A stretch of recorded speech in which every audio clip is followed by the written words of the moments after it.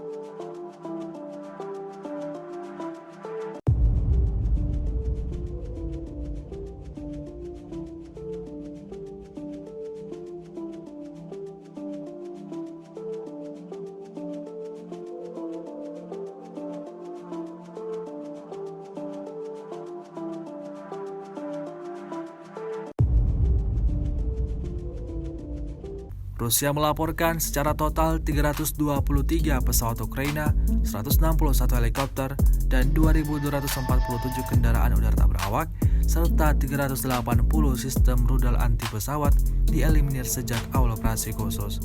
Sementara itu dari kubu Kiev, Kementerian Pertahanan Ukraina melaporkan 300 tentara Rusia dieliminir dalam sehari terakhir. Total 65.000 prajurit Federasi Rusia meninggal sejak awal konflik hingga hari ke-235. Terima kasih sudah nonton. Jangan lupa like, subscribe, dan share ya.